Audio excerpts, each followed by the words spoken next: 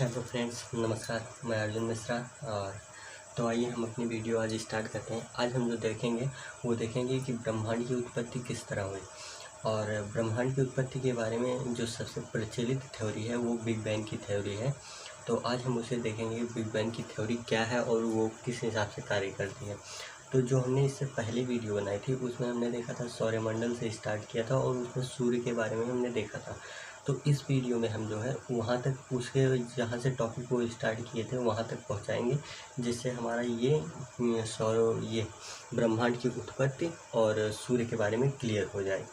तो आइए देखते हैं कि वो जो ब्रह्मांड है उसकी उत्पत्ति किस तरह हुई। तो बिग बैंग थ्योरी क्या कहती है उसके बारे में जानते हैं। तो देखिए, जो बिग बैंग थ्योरी के जनक माने जाते हैं वो चार्ल्स लेमन तेरे को माना जाता है। तो देखिए,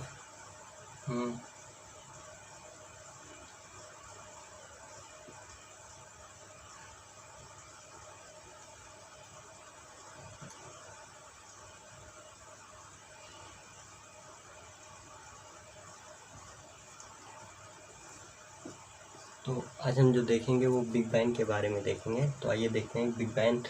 इसके जो जनक हैं वो चार्ल्स लेमन तेरे को माना जाता है। चार्ल्स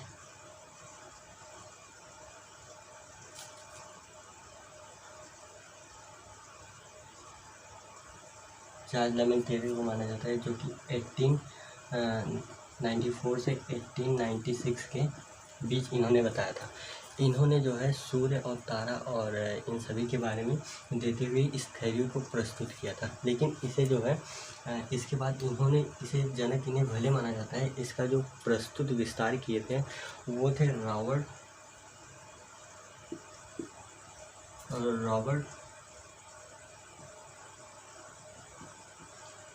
रॉबर्ट बैगोनर ने इसे 1967 में इसका विस्तार किया था। और उन्होंने इस थ्योरी के रिलेशन को, यानी कि ये जो चार्ल्स लेमन तेरे ने दिया था इसी को समझते हुए इन्होंने अपना मत दिया था। तो आइए देखते हैं हम कि रॉबर्ट बैगोनर का सिद्धांत क्या था। यानी कि वो तो चार्ल्स लेमन तेरे का ही था, लेकिन अब देखते हैं कि इन्होंने बताया था, तो इनके हिसाब से देखते हैं क्या उन्होंने बताया था। तो आइए यहाँ से पहले शुरू करते हैं। एक मिनट, ये आपको क्लियर होगा। ये इतने यानी कि ईस्वी में इन्होंने बताया था 1894 से 1896 के अंतर्गत इन्होंने बताया था। तो देखिए, जो सबसे पहले स्टार्ट होता है वो यहाँ से होता है कि जब इन्होंने बताया था रॉबर्ट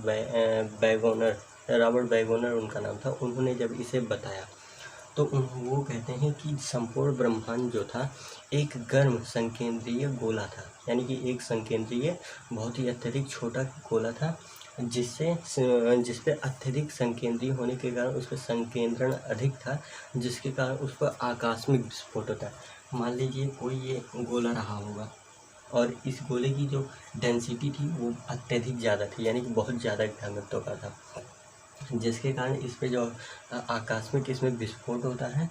और जब ये विस्फोट होता है तो इसे कहते हैं बिग बैंग। इसे ही बिग बैंग थ्योरी के नाम से जानते हैं। इसे कहा गया था ब्रह्मांड विस्फोट। इसे ही ब्रह्मांड विस्फोट कहा गया और बाद में इसका जो नाम दिया गया वो बिग बैंग के नाम से दिया गया। तो यहीं से जो ये था, ये एक छोटा संकेंद्रीय गोला था जो कि अत्यधिक गर्म था और उसका घनत्व तो अत्यधिक ज़्यादा था। और इसके बाद जब इसका विस्फोट हुआ तो इसे ब्रह्मांड का विस्फोट या बिग बैंग के नाम से जाना गया।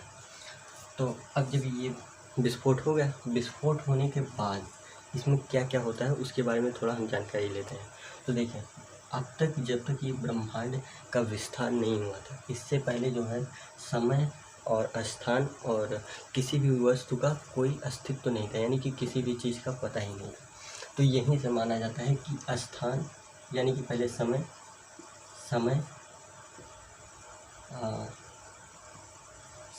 स्थान और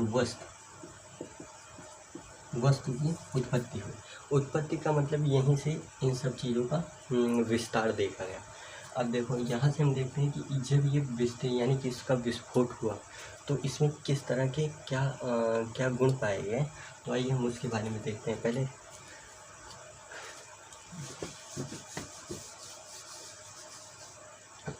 देखिए, जैसे ये मान लीजिए कोई बोल रहा होगा, जब इसने विस्फोट किया तो इसके विस्फोट करने के बाद जो इसमें से इसके पार्टिकल थे वो तो बिखरेंगे ही। तो इसके बहुत अल्प समय में, यानी कि 1 सेकंड से पहले अल्प समय में, यानी कि जैसे विस्फोट किया होगा तभी जो ये था, ये एक जो होता है वॉलीबॉल गेंदे के समान हो जाता है, वॉलीबॉल की तरह, वॉलीबॉल की तरह हो जाता है इसके, यानी कि विस्फोट के पश्चात यह वॉलीबॉल की तरह हो जाता है, जो कि बाद में जाके एक क्या बनता है, यही आग के गोले के रूप में,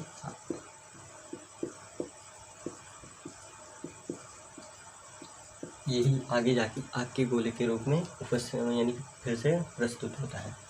तो जब वॉलीबॉल था तो ये वॉलीबॉल ये बना, यानी कि अल्प समय में, और इसके यानी कि 1 सेकंड पश्चात, विस्फोट के 1 सेकंड पश्चात, 1 सेकंड पश्चात जो होता है, इसमें क्या होता है कि 1 सेकंड पश्चात जैसे होते हैं, तो जैसे ही 1 सेकंड बीतता है तो यहाँ से हमारे क्या निकलते हैं, मूल कणों का उद्भव होता है। मूल कणों का उद्भव ऐसे होता है कि ये मूल कण थे कौन, इन मूल कणों में जो था, मूल कणों को इन्हें कहेंगे फंडामेंटल पार्टिकल, और प्रतिकण आते हैं, प्रतिकण को हम कहते हैं एंटी पार्टिकल्स, और इसे फंडामेंटल पार्टिकल्स। तो इन दोनों का विस्तार हुआ, तो यहाँ से जब 1 सेकंड बाद ये हुआ, और इसके 1 मिनट बाद होता है, इसके 1 मिनट बाद जो होता है, ये विस्तृत, ये ब्रह्मांड के जैसे होता है, तो ये अत्यधिक विस्तृत होकर बड़े रिएक्टर के रूप में आ जाते हैं। जब ये बड़े रिएक्टर के रूप में आ जाते हैं,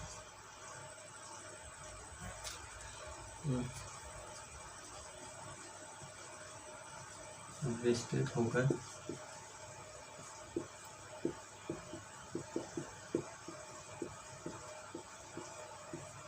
रिएक्टर के रूप में,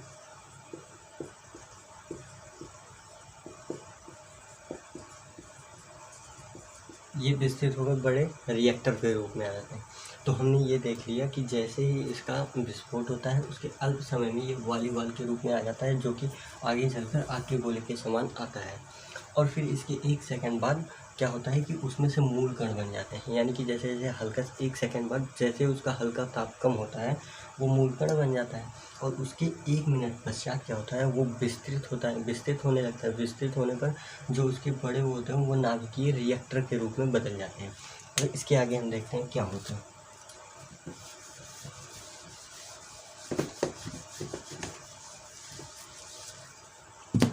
देखिए, जब इसका नाभिकीय रिएक्टर के रूप में आते हैं तो इसके तो इसमें जो होता है, इसमें क्या होते हैं कि हाइड्रोजन के परमाणु इसके विस्तार में, नाभिकीय में हाइड्रोजन के परमाणु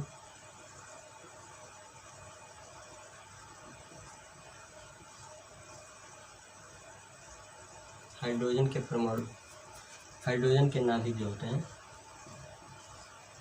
हाइड्रोजन के नाभिक मिलकर, ये जो हाइड्रोजन के नाभिक होते हैं ये मिलकर हीलियम नाभिक का निर्माण करते हैं, हीलियम नाभिक का निर्माण करते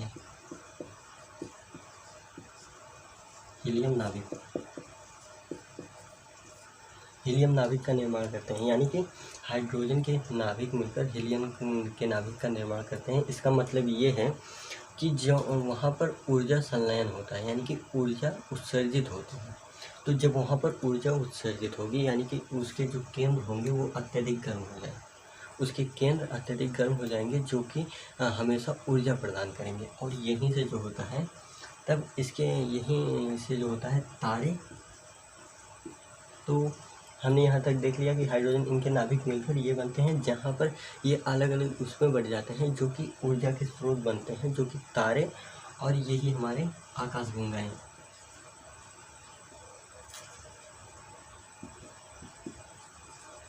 आकाशगंगाओं में परिवर्तित हो जाते हैं, यानी कि यही धीरे धीरे आकाशगंगाओं और तारों में परिवर्तित होने लगते हैं।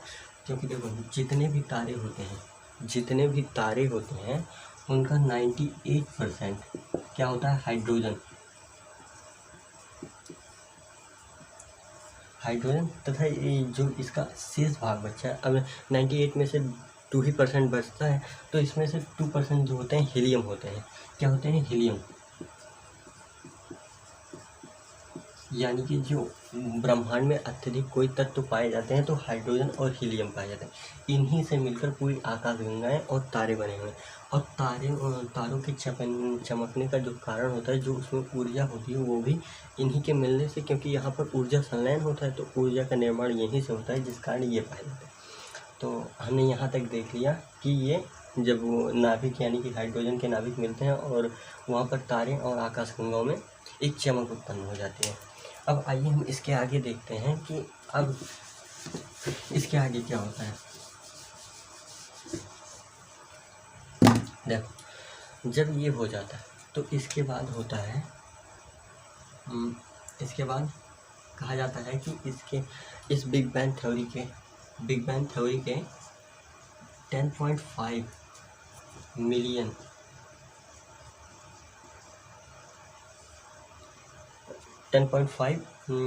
वर्ष बाद, ना गलत, यह मिलियन नहीं अरब हुआ।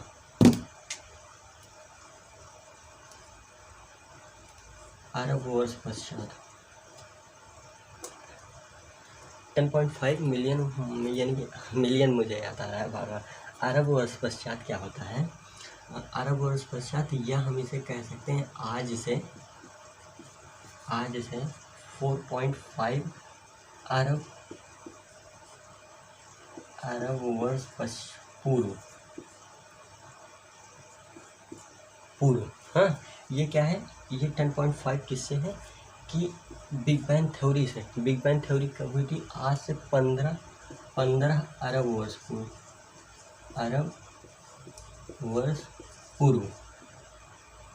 पूर्व हुई थी। यानी कि बिग बैंग जब थ्योरी हुई थी वो 15 वर्ष पूर्व हुई थी। 15 वर्ष पूर्व, तो उसमें से 10.5 इसके घटने के बाद 10.5 अरब वर्ष बाद, या आज से हम कह सकते हैं कि 4.5 अरब वर्ष पूर्व क्या होते हैं, सौरमंडल का निर्माण होता है। सौरमंडल का निर्माण होता है, जिसमें सूर्य के साथ क्या होते हैं, ग्रह, उपग्रह आदि पाए जाते हैं। हाँ, देखो, तो जिसमें से हमने अपने उस वीडियो में सूर्य के बारे में बात किया, सौरमंडल के बारे में थोड़ा बताया और सूर्य के बारे में हमने देखा है। तो यहाँ पर इस तरह के होते हैं। अब यानी कि हमने देख लिया सौरमंडल में, इसके बाद ग्रह उपग्रह की निर्माण हो गया उसी के अंदर। अब हम आगे देखते हैं कि उसमें जो होता है, बिग बैंग थ्योरी तो बड़ा सिंपल है कि वही विस्फोट होता है, इसके बाद उनके जो फंडामेंटल पार्टिकल्स होते हैं वही सब फैलते हैं, तो वही बिग बैंग थ्योरी है। अब देखो इसके बाद क्या होता है, अभी आगे भी दिए हैं, सबने अपने मतभेद दिए हैं। अभी देखिए, देखो ब्रह्मांड है, ब्रह्मांड के बारे में जो होता है बहुत सारी थ्योरीज अलग अलग बेसिस पर आई हैं। इसके बाद आती है एक थ्योरी और है, उस थ्योरी को और जो ये बिग बैंग की थ्योरी, दोनों रिलेशन में लगभग उनके मतभेद समान ही रहे हैं, बस थोड़े से डिफरेंसेस हैं। तो सबने अपनी अपनी थ्योरी दी थी उस समय, जिसमें से बिग बैंग सबसे प्रचलित थे। तो अब हम इसमें देखते हैं कि हमने वहाँ तक देख लिया। अब देखो, जैसे ये हुआ तो जो इसमें मंदाकिनी, जो आकाश गंगाओं की हम बात कर रहे हैं, उस आकाश गंगा में, ये आकाश गंगा के एक पुंज था जिसे सुपर क्लस्टर कहते हैं। देखो सुपर क्लस्टर क्या होते हैं, सुपर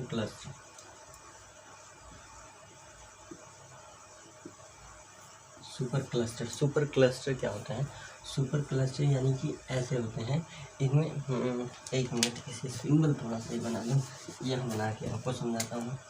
देखो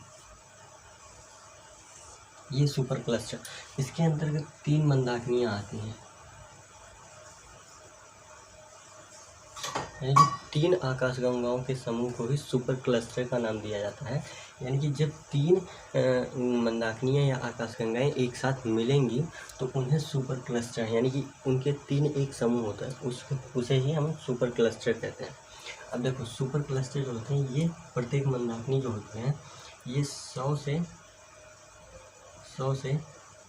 400 मिलियन प्रकाश वर्ष की दूरी पर दूरी पर होती हैं। तो देखो, ये जो प्रकाश वर्ष है, मैंने इसे आपको मात्रक बताया। देखो, इसे मैंने सूर्य वाली वीडियो में बताया, लेकिन फिर इसमें हल्का बता देता हूँ। जो ये प्रकाश वर्ष है, ये जो खगोलीय विज्ञान है, उसमें जब हम ब्रह्मांड के बारे में अध्ययन करते हैं, तो उसमें किन्हीं दो पिंडों, दो ग्रहों, दो उल्काओं, दो धूमकेतुओं के बीच की दूरी को नापने के लिए हम प्रकाश वर्ष का यूज करते हैं। प्रकाश वर्ष का यूज करते हैं। किस लिए प्रकाश वर्ष का करते हैं? प्रकाश वर्ष का यूज इसलिए करते हैं कि देखो, जैसे छोटा मात्रक होता है, जब किसी भी छोटी राशि को नापनी होती है, तो हम उस हिसाब से अपने मात्रक को रखते हैं। जैसे मान लो अभी इंसान की लंबाई नापनी है, तो उसे हम मीटर या फीट में नाप सकते हैं, लेकिन कभी हम उसे किलोमीटर में नहीं नापते हैं। उसी तरह जो होता है, अगर दो यानी कि ग्रहों के बीच की दूरी नापनी है, तो उनके लिए प्रकाश वर्ष यानी कि ये बड़ी यूनिट होती है। अब देखो, प्रकाश वर्ष कितनी बड़ी यूनिट होती है, पहली बात सुनना है, इसके बाद अभी इसे क्लियर करना। एक साल में प्रकाश द्वारा चली गई दूरी को एक प्रकाश वर्ष कहते हैं। एक साल में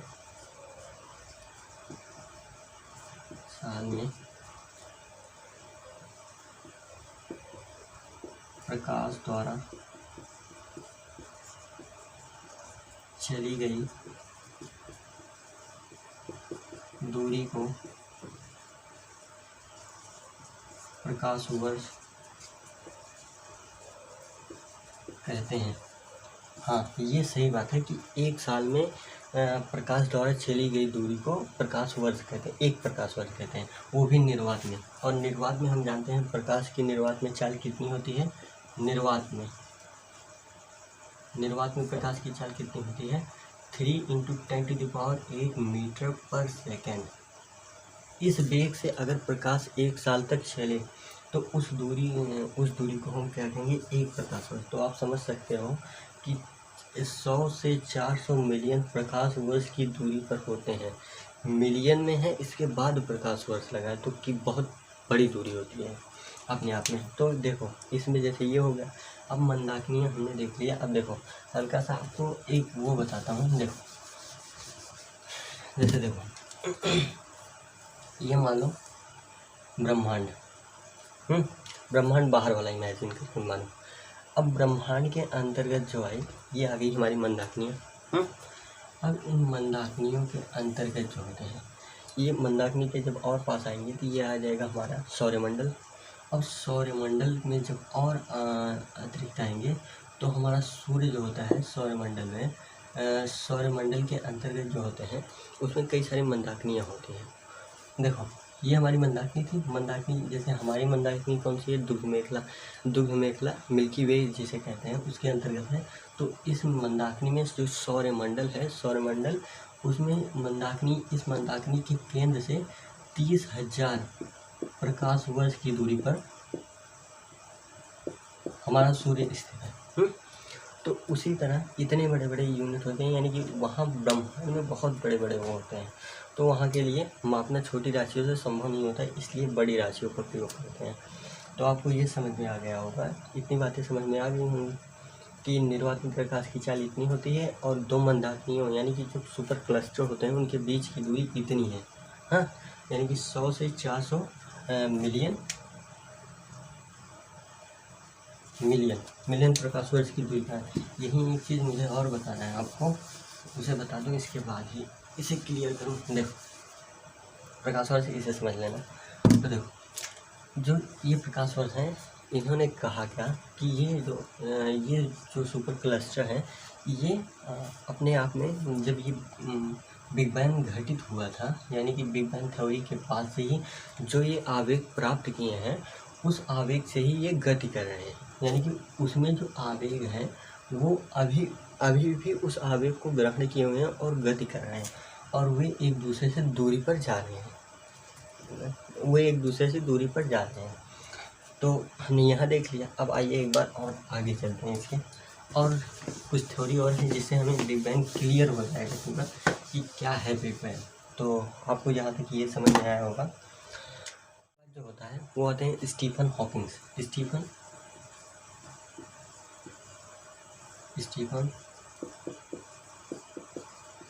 ठीक है। स्टीफन हॉकिंग हैं, ये बताते हैं, ये भी इनका भी वही मतभेद था कि 15 अरब वर्ष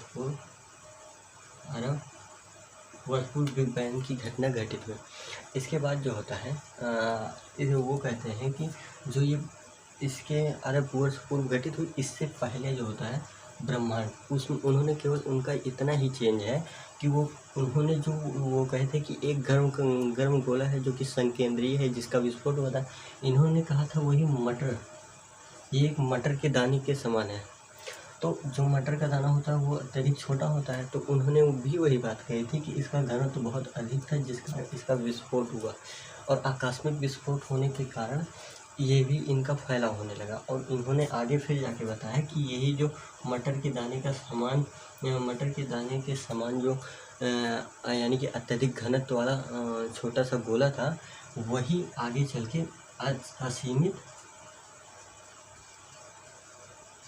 असीमित और अनंत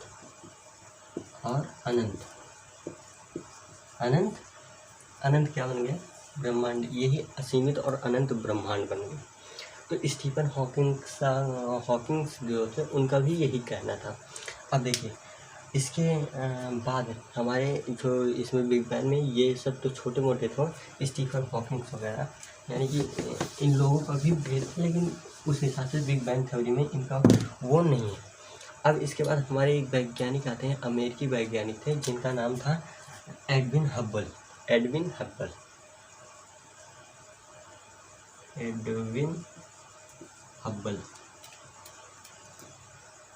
इनका नाम था एडविन हब्बल। इन्होंने क्या कहा, इन्होंने बहुत ज़बरदस्त वो दिया स्टीफन, देखो जॉर्ज लेमेंटेरे,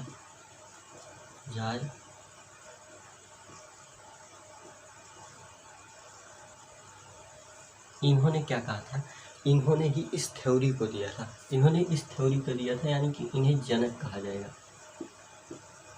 और इसके जो प्रतिपादक हैं, इसके बारे में इन्होंने महत्वपूर्ण भूमिका निभाई थी। इन्होंने कहा था कि जो मंदाकिनियाँ हैं, विस्फोट होने के बाद जो मंदाकिनियाँ बनी हैं, मंदाकिनियाँ जो कि अभी सुपर क्लस्टर में मैंने आपको समझाया था कि जो ये मंदाकिनियाँ हैं, ये मंदाकिनियाँ जैसे ये हैं, ये एक दूसरे से दूर जा रही हैं, ये यानी कि एक दूसरे से असीमित रूप से दूर जा रही हैं। और जैसे जैसे ये दूर जा रही हैं, इनकी गति भी बढ़ती जा रही है, यानी कि विस्फोट होने के बाद जो आवेग इन्हें प्राप्त हुआ, उस वेग से ये एक दूसरे से दूर भी जा रही हैं, और जिस कारण से इनका वेग भी बढ़ता ही जा रहा है। तो यही है विस्फोट, यानी कि विस्फोट होने के बाद तब से अब तक ये फैल ही रहे हैं, जिसे बिग बैंग कहा जाता है। तो इन्होंने एक उदाहरण से इसे समझाने का प्रयास किया था। उन्होंने कहा था कि देखो, जब हम किसी गुब्बारे पर, यानी कि गुब्बारा आप सब जानते होंगे कि जब हम किसी गुब्बारे पर छोटे छोटे, यानी कि अगर हम पेन से उस पर ऐसे, यानी कि मान लो ये गुब्बारा है, अगर इस पर हम ऐसे ऐसे डॉट्स बना दें पेन से या कलर से, तो उन्होंने बताया था कि जैसे अब ये गुब्बारा है, मान लो ये इसकी नींव है, हाँ, अब इसमें ये गुब्बारा है, और जब इसी गुब्बारे हम हवा को भरेंगे, यानी कि हवा डालेंगे, तो मान लो ये गुब्बारा इतना बड़ा हुआ, तो ये इतना हो जाएगा, ये इतना, और ये दूर हो जाएंगे एक दूसरे से, यानी कि ये आप पूरा कवर करके चलिए।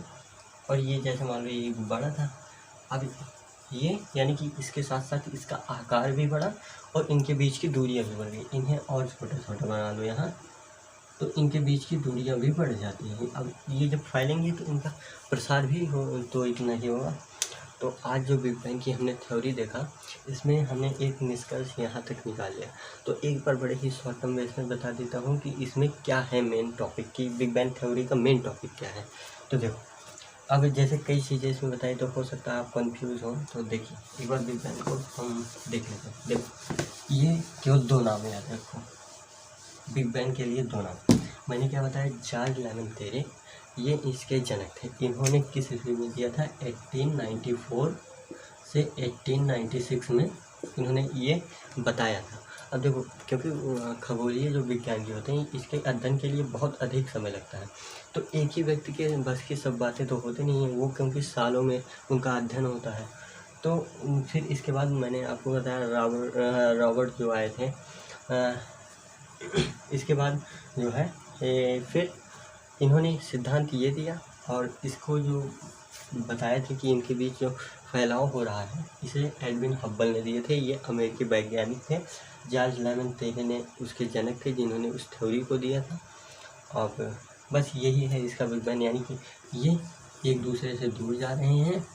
और अब देखो ये एक दूसरे से दूर जा रहे हैं और ये ही विस्फोट हुआ था संकेंद्रण के कारण। अब ये एक दूसरे से दूर जा रहे हैं। तो हल्का एक बार और देख लीजिए कि जब जब यही यानी कि इनके बीच, क्योंकि विस्फोट हुआ था तो अभी तो दूर जा रहे हैं, और जब यही आके यानी कि एक बार फिर से जब यही आपस में मिल जाएंगे तो इसे कहा जाएगा, यानी कि भविष्य में जब कभी भी जैसे अंत होना होगा पूरे ब्रह्मांड का, ऐसा कहा गया है कि पूरे ब्रह्मांड का जब अंत होगा तो जो इनके बीच का फैलाव ये बढ़ रहे हैं वही सब सारे के सारे आकर एक ही स्थान पर संकेंद्र से, यानी कि देखो अभी भी फैल रहे हैं विस्फोट से। जब वो शक्ति यानी कि कोई शक्ति रही होगी जो जिसने अपनी ओर अभी भी उन्हें खींच रही है, तो अब जब वो शक्ति फिर से यानी कि उसका बल खत्म हो जाएगा तो भविष्य में अगर ऐसा हुआ तो ये सब जितने फंडामेंटल पार्टिकल्स दिखाई दे रहे थे, जितने हुए थे विस्फोटित होकर, वो पुनः एक स्थान पे अपने जाएंगे। जब वो पुनः अपने एक स्थान पे जाएंगे तो जब वो जाके फिर संकेंद्रण में मिल जाएंगे और इसे ही जब ये मिलेंगे तो इसे कहा जाएगा सुपर क्रंच। क्या? Super crunch.